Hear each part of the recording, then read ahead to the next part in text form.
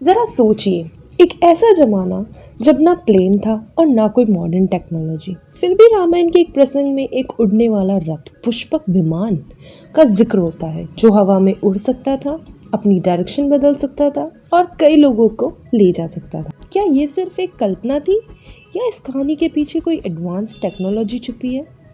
आज के वीडियो में हम पुष्पक विमान का रहस्य समझने की कोशिश करेंगे और देखेंगे कि इसका कनेक्शन मॉडर्न साइंस और एरोनॉटिक्स से कैसे बन सकता है। चलिए शुरू करते हैं। पुष्पक विमान का सबसे पहला जिक्र रामायण में मिलता है।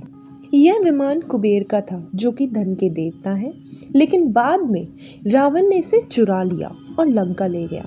पुष्पक विमान की एक खास बात यह थी कि यह एक सेल्फ ऑपरेटिंग विमान था जो बिना किसी ड्राइवर के चल सकता था। रामायण के अनुसार यह विमान अपने आप हवा में उड़ता था, अपनी स्पीड और डायरेक्शन बदल सकता था और कहीं भी लैंड करने की शक्ति रखता था। कहते हैं कि पुष्पक विमान इतना एडवांस था कि उसमें एक पूरी सेना को ले जाने की कैपेसिटी थी। प्राचीन ग्रंथ वैमानिक शास्त्र में भी ऐसे विमानों का जिक्र है जो एडवांस प्रपोल्शन सिस्टम का यूज़ करते थे। मरकरी पावर्ड इंजन्स और एरोडायनेमिक्स के कंसेप्ट का जिक्र इस ग्रंथ में मिलता है।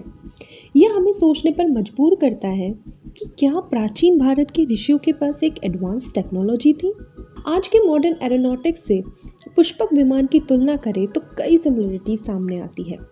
विटॉल एयरक्राफ्ट्स यानी जो वर्टिकली लैंड और टेक ऑफ करते हैं बिल्कुल पुष्पक विमान की तरह लगते हैं। ड्रोन्स और ऑटो पायलट सिस्टम भी इसे मिरर करते हैं। यह हो सकता है कि आज के साइंटिस्ट ने इन प्राचीन कहानियों से प्रेरणा ली हो। नासा और इसरो के कुछ रिसर्चर्स भी मान चुके हैं कि हमारी माइथोलॉजी सिर्फ कहानी नहीं बल्कि एक एडवांस सिविलाइजेशंस के हिंट हो सकते हैं। तो दोस्तों, आपका क्या विचार है? पुष्पक विमान एक मिथ है या साइंस का एक एग्जाम्पल? नीचे कमेंट करके अपनी राय ज़रूर दें।